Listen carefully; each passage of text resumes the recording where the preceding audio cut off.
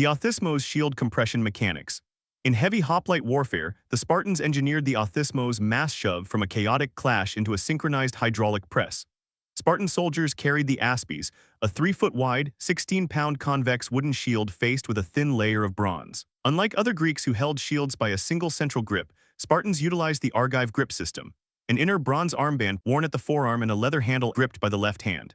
This double-point lock allowed the hoplite to direct his entire body weight directly through the center of the shield without dislocating his wrist upon impact. In battle, Spartans deployed in ranks typically 8 to 12 men deep. When the front rank collided with the enemy line, soldiers locked the rims of their overlapping shields across their neighbors' exposed right sides. The second rank placed their shields against the backs of the front rank, driving their right shoulders forward. The third and succeeding ranks did the same, pressing their chests against the backs of the men in front of them, using their grounded back feet as physical leverage. At the Battle of Coronia in 394 BC, King Agesilaus directed his veteran Spartan line to lock shields and exert continuous forward pressure. This concentrated several tons of kinetic force onto a 200-meter front, physically lifting Theban hoplites off their feet, suffocating those trapped in the middle, and collapsing the enemy's structural integrity through sheer forward mass. The Aulos, Cadence, and Synchronization.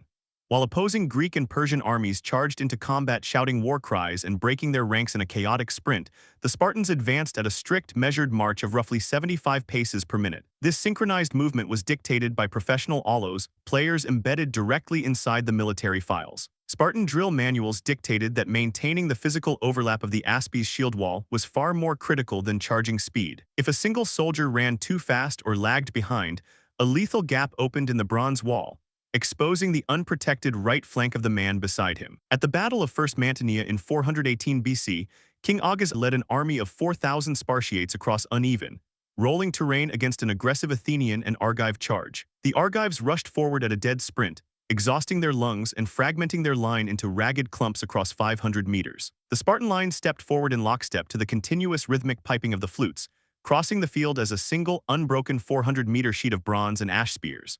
When the winded, disorganized Argive line struck the slow-moving, perfectly unified Spartan wall, the Spartan phalanx absorbed the uncoordinated charge without yielding a single meter of ground, systematically cutting through the exhausted enemy front ranks. The right-wing flank drift and roll-up Anastrofe. Hoplite phalanxes possessed an inherent biomechanical flaw. Because every warrior carried his shield on his left arm, his right side was unprotected. Soldiers instinctively shifted to their right during an advance to shelter their vulnerable side behind the left half of the shield carried by their neighbor, causing the entire battle line to drift diagonally to the right. Spartan tacticians transformed this natural defect into a deliberate flanking maneuver known as the Anastrofe. Spartan commanders always placed themselves and their 300 elite royal guards, hippes, on the extreme right wing, the position of honor. At the Battle of Nemea in 394 BC, facing a coalition of 24,000 Athenians, Thebans, and Corinthians, the Spartan general Aristodmus deployed 6,000 heavy infantry. As the lines approached within 100 meters, Aristodmus ordered his right wing to exaggerate their natural rightward drift. The Spartans rapidly extended their line beyond the Athenian left flank, completely outflanking them. Once clear of the Athenian edge, the Spartan right wing executed an inward wheel of 90 degrees. Rather than continuing to push frontally, they smashed directly into the exposed, unshielded right flanks of the enemy center. The coalition forces, compressed laterally and unable to turn their 9-foot spears to face the sudden side assault, suffered over 2,800 casualties, while the Spartans lost just 8 men. The false rout and instant reformation. At the Battle of Thermopylae in 480 BC, King Leonidas utilized the feigned retreat to nullify the numerical superiority of Xerxes's 10,000 elite immortals within the narrow, 15-meter-wide Middle Gate Pass.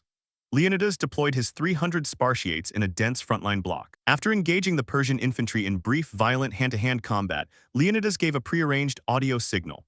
The Spartans broke ranks, turned their backs, and fled in apparent panic down the narrow, rocky defile toward the Phocian wall. The immortals, convinced the Spartan force had shattered, broke their own tight unit cohesion and sprinted forward in a disorganized mob to run them down. After pulling the pursuers 100 meters into the narrowest choke point of the gorge, a second whistle sounded. In less than 3 seconds, the fleeing Spartans executed an about-face, wheeled 180 degrees into their original file positions, locked their aspes shields edge to edge, and leveled their spears. The sprinting Persians, carried forward by their own momentum, slammed uncontrollably into a rigid wall of bronze and spearheads. Unable to halt their charge or draw their shorter recurved bows in the crush, thousands of immortals were impaled on Spartan spear points or pushed over the coastal cliffs into the Malian Gulf. Modular Enomotia command subdivisions.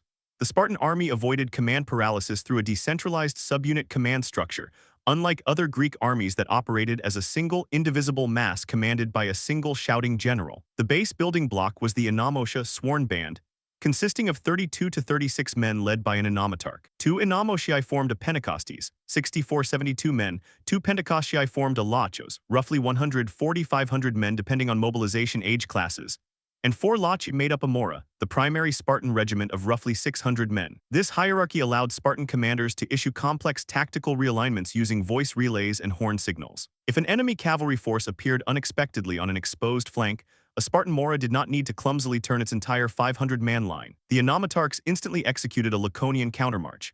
The file leader stood fast while the rear ranks systematically marched through the internal files, reversing the unit's front by 180 degrees in under 30 seconds without a single soldier turning his back to the enemy. At the Battle of Plataea in 479 BC, the Spartan general Pausanias successfully repositioned 10,000 Lacedaemonian hoplites over rugged, hilly terrain under heavy Persian cavalry harassment by moving independent Lach in mutually supporting checkerboard bounds, executing a tactical withdrawal without losing structural cohesion. The Sauroter defensive Hedgehog.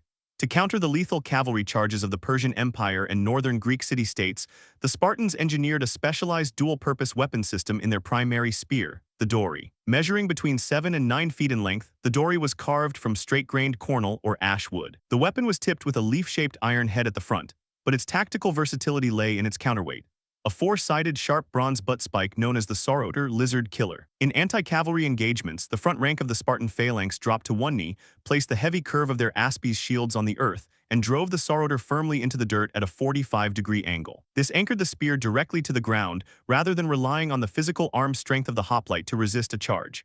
The second and third ranks stepped forward, resting their spears over the shoulders of the kneeling front rank. This transformed the phalanx into a multi-tiered grounded hedgehog bristling with 3 layers of steel and bronze points. When Persian heavy cavalry charged at Plataea in 479 BC, the horses struck the grounded spearheads at full gallop, impaling their chests. The massive kinetic energy of the horses' own forward momentum drove the spears deeper, snapping spear shafts only for Spartan soldiers to immediately reverse their broken weapons and stab downward with the heavy bronze Sauroter spikes into the fallen riders. The Dokimasia doctrine of pursuit refusal.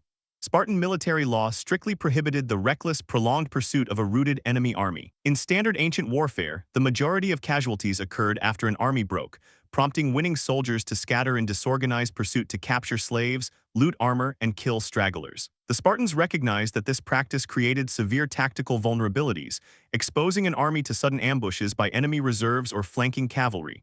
Once the opposing phalanx cracked and fled, Spartan trumpeters sounded the anaclesis, the tactical recall. Spartan files immediately halted, held their ground, closed up any loose ranks, and secured the immediate battlefield. At the Battle of First Mantinea in 418 BC, when the Athenian and Argive left wings broke, King Augus II halted the Spartan pursuit after advancing only 200 meters. The Spartans reformed their line, executed a 90-degree wheel, and marched directly across the field to relieve their struggling left wing, smashing into the victorious right flank of the enemy. This strict restraint also served as a profound psychological weapon across the Greek world. Opposing hoplites knew that fighting a locked Spartan phalanx to the death meant certain annihilation, but discarding their heavy shields and running away ensured the Spartans would let them flee without pursuit, consistently breaking the enemy's willingness to sustain a prolonged defense. The Skiritai screening Vanguard.